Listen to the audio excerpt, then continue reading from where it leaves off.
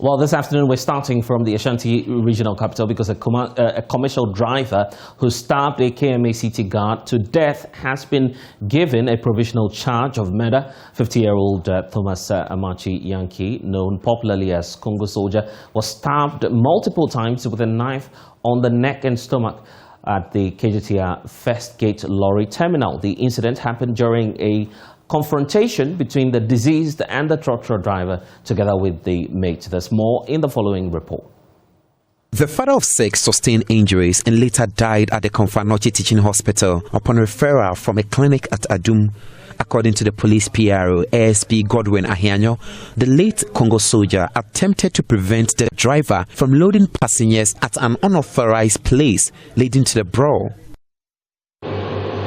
According to the investigation we've gathered, or the information gathered so far, indicate that when the fight ensued between them, he stabbed the suspect in the head, and he also in turn stabbed him on the chest, killing him instantly, because when he was taken to the hospital, he was pronounced dead by the medical officer on duty. Whoever is found culpable or who is involved and is supposed to be prosecuted and put before court, why not? We'll definitely put that fellow before court. We'll ensure that justice is served. The brawl between the deceased and the driver, 25-year-old Kingsley Amoa, happened Saturday afternoon. The public relations officer of KMA, Afia Kunedu Abuaje, says the assembly received the unfortunate news from the unit head of the city guard. That after asking him to move, when he wasn't moving, he sat in the car, which they normally do that thing a lot. He sat in the car, and then when the city guard sat in the car, the driver then parked well, so he got down from the car, and then it's to some confrontations, and some people came to the middle of it, and then each one went his way. So he went then to stand at the KGTR gates, phase 1, the project, the gates, and for no apparent reason, and some people heard him saying, "Wekumiu." So his hands were here and then on his chest, the left part. So the stabbing was on the neck and then his chest area. Some eyewitnesses spoke to Love FM News.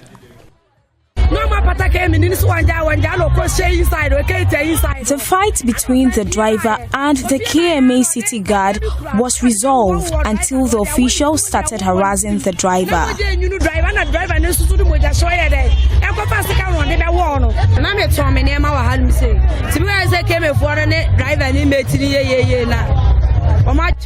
The city guard attacked the driver, and the driver also pulled out a knife to fight back.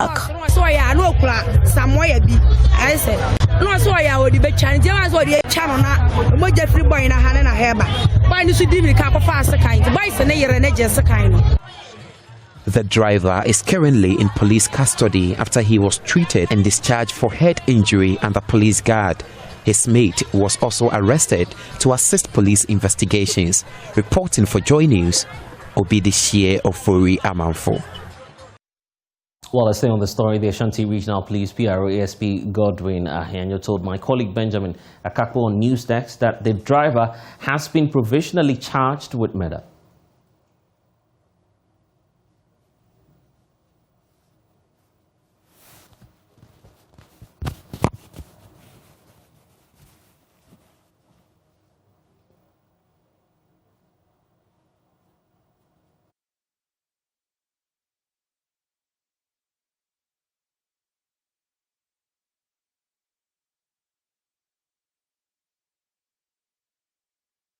General that preferred charges. But provisionally, when I spoke with the district commander, saying the life has been lost, it's going to be a charge of murder that is provisional. So they will charge him, they go to court and pray for the court to remand him into custody. Then, after gathering all the necessary evidence and holding the docket, it will be sent to the AG's office for an advice on the case. So currently, that is what they are doing. Right. So do I gather correctly that the charge is murder, especially considering that it is alleged that the city guard attacked him first, and of course we had him go to hospital for treatment, and following that he also attacked. In other words, self-defense in this instance? I mean, what can you tell us about that? It is an investigation that will establish that we are gathering all the evidences. We've spoken with some eyewitnesses. We've spoken with a colleague who were with him at the time of the incident. They've also given a statement. So, as part of our investigation, whether it's self-defense, whether he did it provocatively, or whether he went and came back to stab, all these the bits and pieces we put together. So let us leave with the investigators. I'm sure that when they're done with the investigation, they go to justice, as indicated in your earlier report. So from what we gather, the conductor, the mate, is he just a witness, or have any charges been with the mate preferred against him? With the mate, he's on bail currently, because when I spoke with the district crime officer, we've not been able to connect him to the crime, whether abetment or whether he was there, whether it would be used as prosecuting witness, and all that. It is the investigation that was established. So for now, he is on police inquiry bail. He'll be reporting to the district command to assist police in our investigation. So for now, he is on bail. The Chief Justice Kwesi Yeboah has directed trial court judges to strictly adhere to the age-long tradition of calling the cases of senior lawyers first. Justice Yeboah explains his office has noted with concern the practice where this tradition is not being adhered to. He insisted actually disobeying such a tradition and also obeying it affords junior lawyers the opportunity to learn from their seniors. This is contained in a circular issued from his office, and here are excerpts of that statement for you. We have details of that on your screens right now, indicating that the legal profession, as we know, is steeped in traditions of ceremonies as well. Now, one of the traditions observed is the practice of calling cases of persons whose names are on the roll of lawyers in order of seniority of enrollment, notwithstanding the notion of equality at the bar. This practice, amongst other benefits, affords the young lawyer the opportunity to learn from seniors to whom they would not ordinarily be exposed to, thus enriching the whole legal training experience beyond what is taught in the chambers and other places of work. And excerpts of that indication continues to say that it has recently been drawn to my attention that some trial court judges are not observing this practice in court, while the right to call a case out of turn is not absolute and is exercisable, subject to the convenience of the court. For the reasons mentioned above, I would request all trial court judges to strictly adhere to this age-old tradition and resort to inviting applications from seniors first. And I hope I can count on your cooperation. So that's the directive that is coming through from Chief Justice Yeboah. But there's a need for us also to look critically at the matters. What does the Ghana Bar Association make of this directive? Xavier Kuje speaks for the association. He spoke with my colleague Ernest Meno on Prime News. The terminology seniors used in the circular does not mean that senior lawyers, as we know, 10 years and above. What it means is that if you are a lawyer and then you are 1 year at the bar and I am 2 years at the bar, my case should be called before yours. Okay. In any case, the Chief Justice does not give a directive. That is an age-old tradition and ceremony that goes with practice in Ghana. But if that is not being adhered to, is that not, inherent? Does that not send a signal of its irrelevance in our time? Not at all. Not at all, because every good judge will tell you that a good bench makes a good judge. What do I mean by this? You cannot just read authorities in the books. You must go and apply them. And the understanding you have upon reading might be different when you get to court. And let us all get this. To be able to even know the authorities to read, sometimes you may not know all. You listen to others in court, And when they apply it and mention it, write it down and come back and read. But you don't learn all of that in court. I believe that judges prepare before they go to court. They prepare their briefs. And as I know it, I may be wrong, but many junior lawyers work with senior lawyers on cases. And they must have been adequately prepared. Of course, there may be things that will come up in the news, in the courtroom, forgive me, in the courtroom. But you necessarily don't have to queue in order to learn those, do you? Yes, I have always maintained that once you consciously elected to become a lawyer, you have elected to be a student for the rest of your life, even if possible in the next world, because the learning continues. Decided cases may not be known to you every time, unless somebody signs them, then you also go and read. And the cases are applications of the statute laws. So you cannot just sit in your office and say that I have a good senior and that is the end, because you may not have the opportunity to meet other lawyers. The only way you meet them is when you listen to them in court. If I want to know about Richard Branson, for instance, I may not be able to meet him. But if I read whatever he writes, I know about Richard Branson. But there will be several avenues for you to learn from some of these senior lawyers, as the Chief Justice would want juniors to learn from you. The issue is about why your case should be put on hold, necessarily because there is someone who is ahead of you, who is on the roll, who was listed on the roll before you, and not on the merit of the case that you are bringing, or even as the judge deems fit.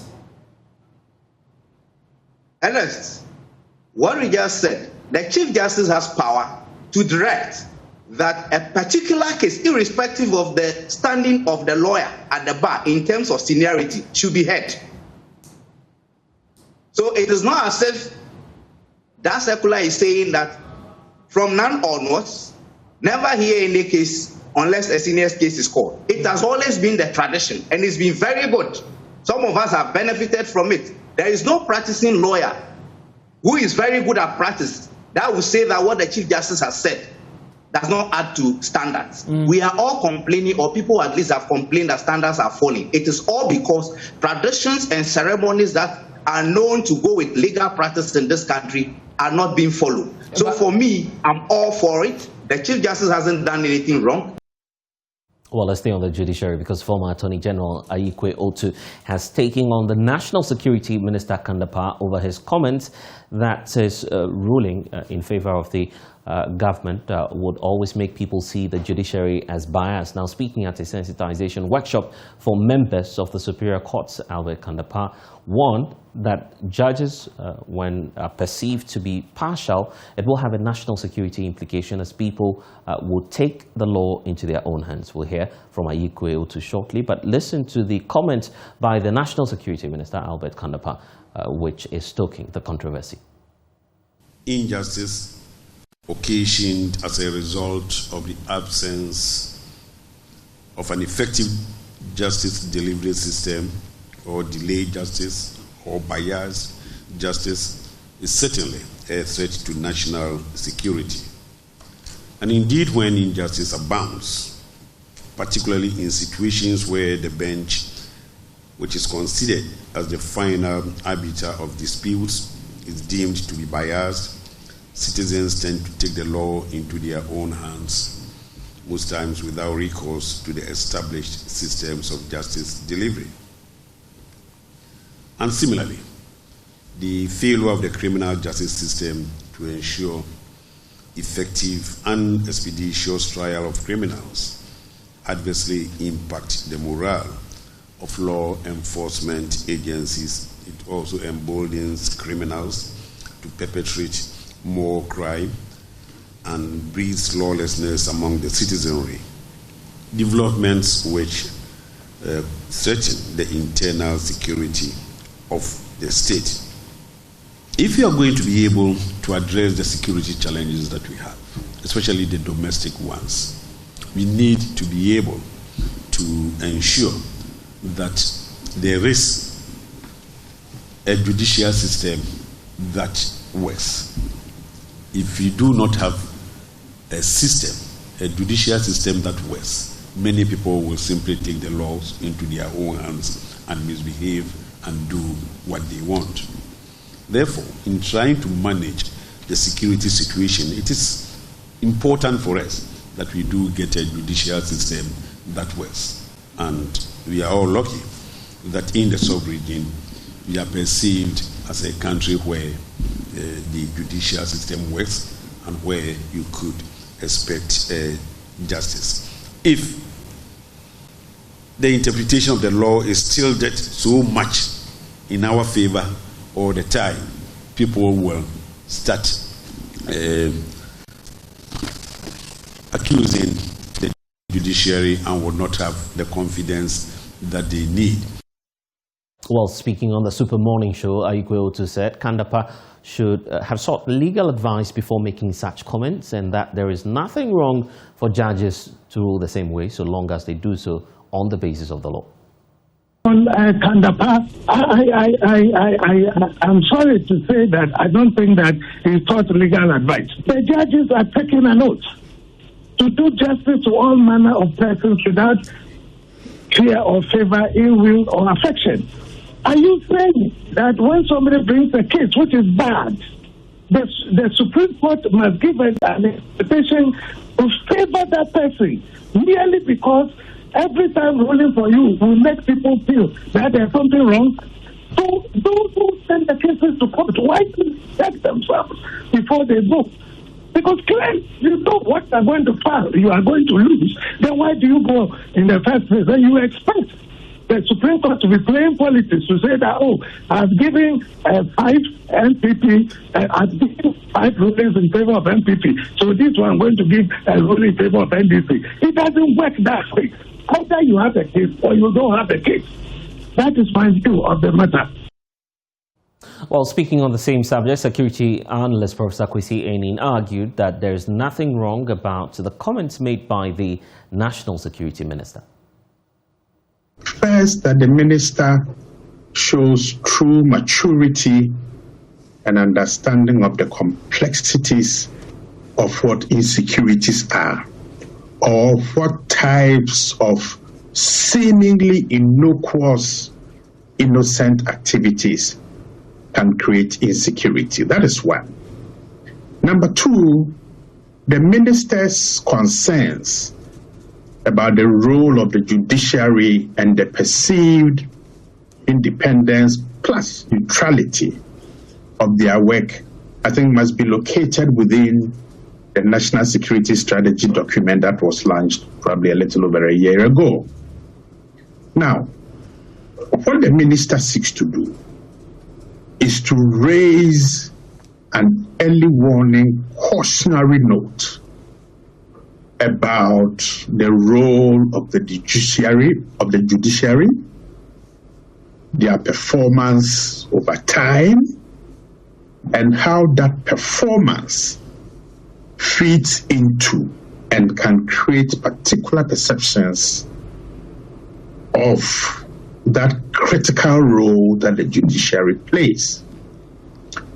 All judiciaries are the last stop for mediating tensions and a sense of injustice within societies. And as the last bastion where people can run to and seek a fair assessment of what they may perceive to be injustices or wrongs done against either individuals or groups, and it is more often than not an almost knife's edge relationship amongst all these, contesting parties. And particularly, it is the ability of the judiciary to negotiate these contested territories in a manner that its words and actions are deemed to be fair, objective, neutral, becomes very critical, particularly in seemingly fragile societies. Now, are you spending more on food recently? You're not alone. Drivers behind the Circle overpass are unhappy about their favorite kinky and ampesi, which has become more expensive due to the rising fuel prices. Here is the Living Standard series. The whole media by force no me fasting. Yes, I'm watching me. Oh, 5 we answer yes am baba your dabium. Obakwa go to ebro na e turn 4 million. Say obi so obi bag back 8 million.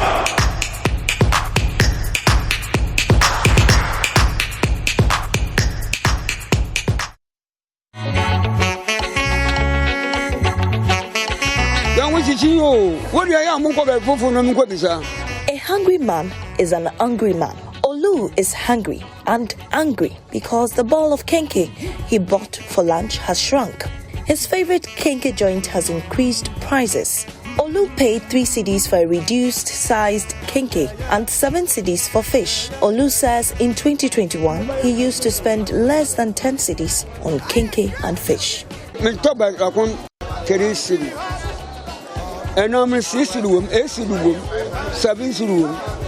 I bought kenke for 3 cedis. The fish is from 6 to 10 cedis. I had to fast to manage the money I have. We are really feeling the pinch in this economy. What I say,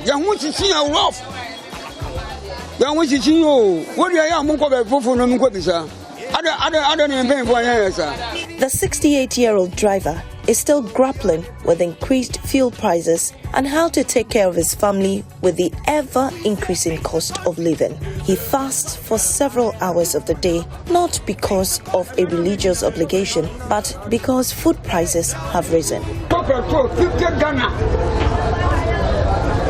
When I buy 50 cedis worth of fuel, it's insufficient. All the political parties and the government, they are not concerned about us. 3 others, Fred, Abraham and Zizi, dropped by to have a quick lunch before getting back to work. They are equally not amused about the increase in prices, which has thrown their budget out of the window.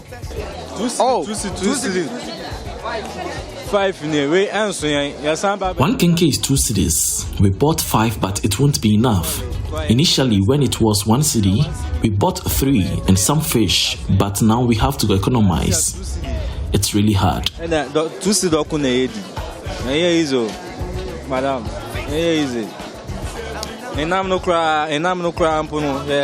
Enam 5 cedis so. Enam 5 cedi. Kenke is arguably one of the cheapest meals to buy on the streets of Accra. But sellers say prices are up, mainly due to high maize prices and transport fares.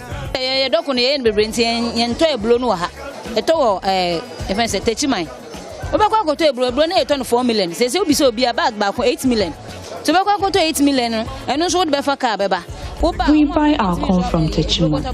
A bag now costs 800 cedis per bag. We have to pay for transportation, pay for laborers, pay for utilities, and then pay for workers. And to San Yamina was a broback into some 4 million.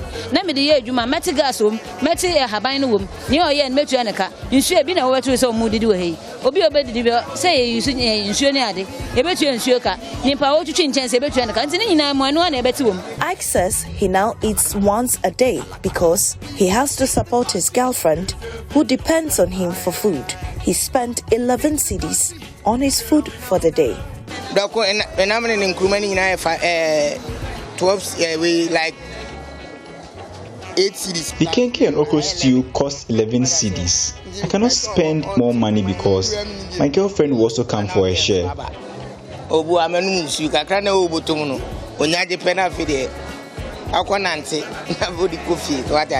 Ampesi is an alternative. Clothes dealer Kojo has a plate of boiled yam and contemporary stew. Fish is a luxury. Everything has gone up. Contemporary was 1 cedi, but now it's 1 cedi 50 pesos. Tomorrow it will increase again. Chicken is now selling above 5 cedis. And I'm cooking now, so there will be a 2 cedis. Says a 2 cedis again. Maximum shape now, 2 cedis. About 5 6 cedis. The same goes for Kweku. Aduane boy, the one this council one more. First, na me to 2 cedi kwana. Yeah, ne bi wo mu frame to be 15 ni ma to na maka ba. Bare no to 3 cedi 4 cedi kwana. Still na be ejana na ejina no so. Kiti bi kura na me kura 2 cedi. Obe yama kura nshada nso bia kitu e bi beto ni 2 cedi there. Mary says the decision to increase prices is to ensure her business survives. Contemporary is very expensive now. 60 cedis is not enough. We have to add cabbage. Yams have also become dear. 20 cedis, 35, 40 Ghana. Drivers at the Kinky and Mpesi joint are hoping for some respite in food prices. But until then, they'll have to continue to budget more for lunch.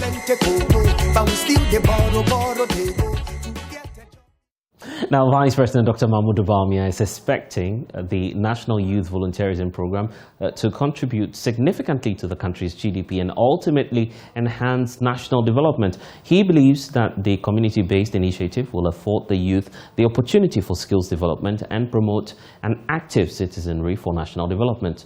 There's more in this report. Speaking at the launch of the National Youth Volunteering Program in Kumasi, Vice President Dr. Mahmoud Bawumia acknowledged the formal employment sector cannot solely drive national development, as only a fraction of the youth find themselves in the sector. He therefore believes with the establishment of the volunteer program, Ghana could record a significant percentage of GDP as proven by data in other countries. We have to recognize that it's not only through formal employment that we can get the things that we need done. And this is where the spirit of volunteerism comes in. And the data, the estimates that has been made in many countries where you have very active volunteerism taking place, that volunteerism can contribute as much as 2.4% of a country's GDP. That is huge. That is huge. So I think that it is very, very important for us as a country to implement this National Youth Volunteer Program. The National Youth Volunteering Program aims at empowering above 100,000 Ghanaian youth over the next 5 years of its implementation. The community-based initiative is in line with the government's agenda of achieving the sustainable development goals for local and national transformation.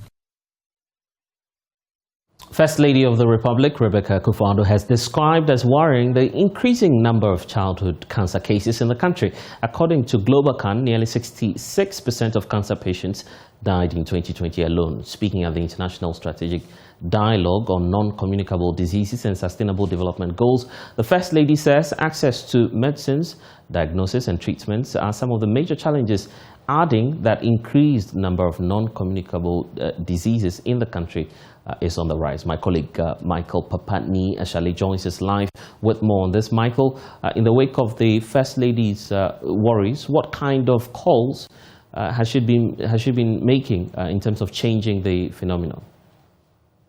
First of all, one of the biggest of them that she's been making is probably the inclusion of all cancer cases onto the NHIA platform, that is the National Health Insurance Scheme platform, so that they can see more and more people just outside of childhood cancers will also be absorbed. Not forgetting that just not long ago, about 4 of such childhood cancers were also, admitted into the package. So if you develop any of those, you go to the hospital free of charge. So what else came up at the dialogue? Great. So the WHO Africa Director has been speaking, Dr. Masibiso Moeti, she has been speaking. And this conference is largely on non-communicable diseases like hypertension and sickle cell and all that. She's been calling for more support, particularly that of funds. But she's also been concerned about how COVID-19 may have worried us. The strategy they are going to be launching today, hopefully, was supposed to have been launched 2 years ago. So the coming of COVID-19 definitely may have done some damage, but they're hoping that this conference will help them to regain some of those lost strides and then move forward in combating the non-predictable diseases in not just Ghana, across the world as well. Michael Ashale joining us with the latest. You're still watching Joy News today. We'll return, we'll bring you some more news.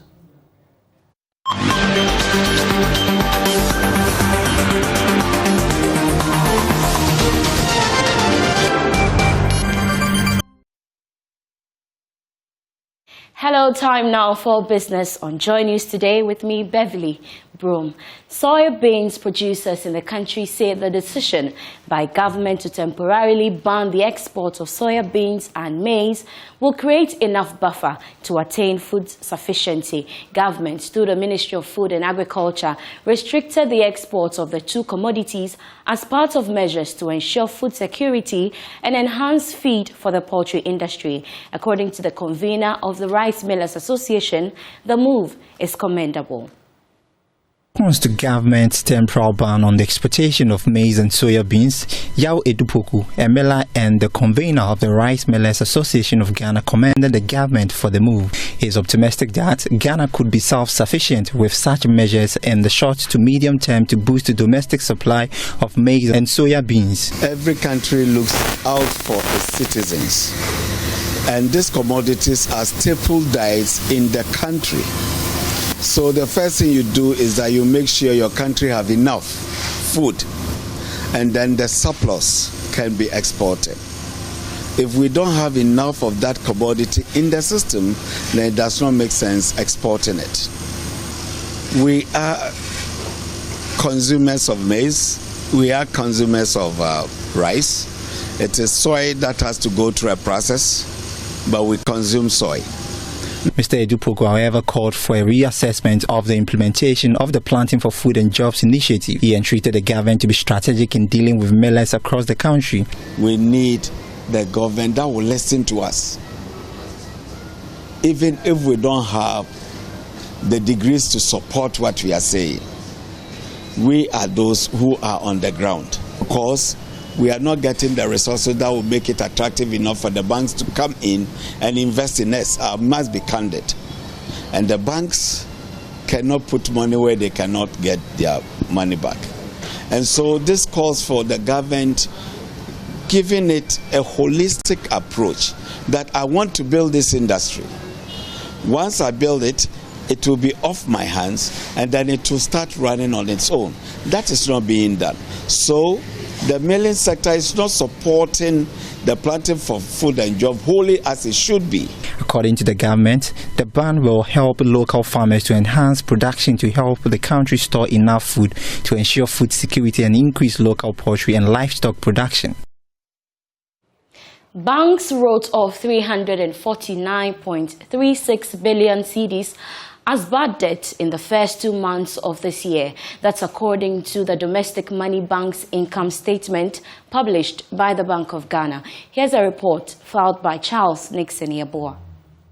The provisioning for bad debt by the banks was lower than what was recorded in January this year, but higher than the same period last year. The industry's asset quality also improved year on year, evidenced by the decline in the non-performing loans ratio, despite the nominal increase in the stock of NPLs to 8.1 billion cedis in February. The lower NPL ratio came on the back of a decline in the private sector NPL ratio to 15.3% in February this year from 16.5% in February last year. The sectors that recorded declines in their NPL ratios included services, electricity, water and gas, manufacturing, and mining. On the other hand, the sector that recorded the highest increase in its NPL ratio were construction, followed by agriculture, forestry and fishing, and transportation. The sector with the lowest NPL ratio was the services sector, though it is the highest recipient of the industry's loans.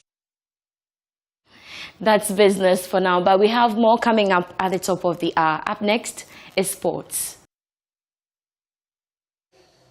Let's do sports now on Joy News today with me, Muftau Nabila Abdullah. Accra House of Folk have officially filed a protest at the Ghana Football Association against Super Clash referee Kenny Paddy. According to the club, the decision of the referee to award Hearts of Oak a penalty led them to losing the game against their rivals, who are the Porcupines, who have now opened a 16-point gap between them and the defending champions. There's more in this report.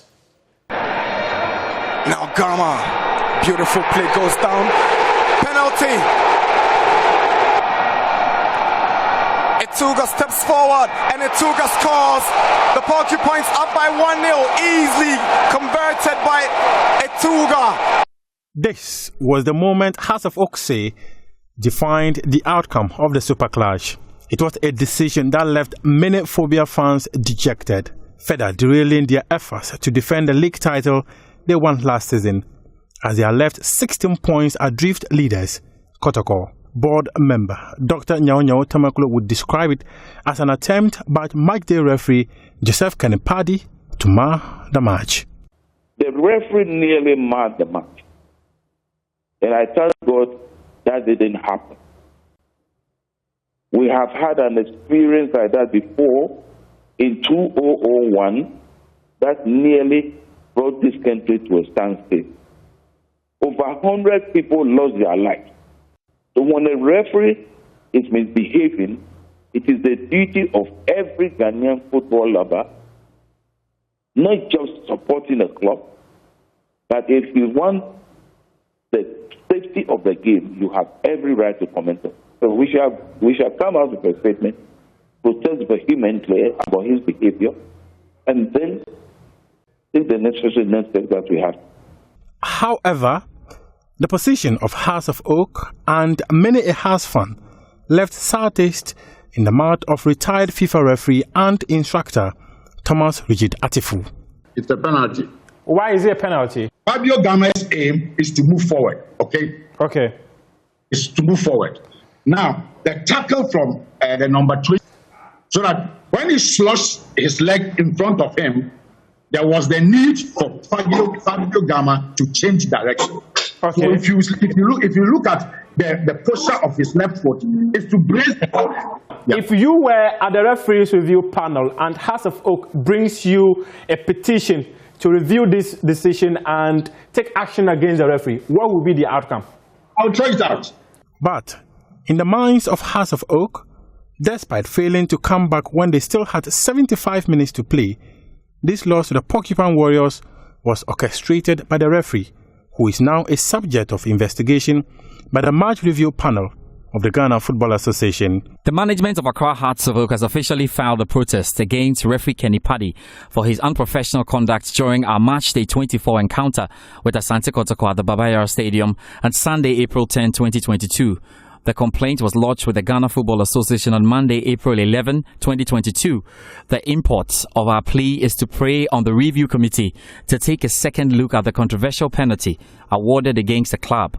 Management is disheartened by referee Paddy's poor judgment, which subsequently caused us to lose the game. Hearts is accordingly requesting the review committee to take immediate action to serve as deterrent to all other future match officials who exercise such indiscretion against any club, especially at this critical period that we are all striving hard to bring back the love of the game. We, however, take this opportunity to appeal to our fans not to be distracted by such negativity, but remain focused and continue to let our support count as we go through the remainder of the season.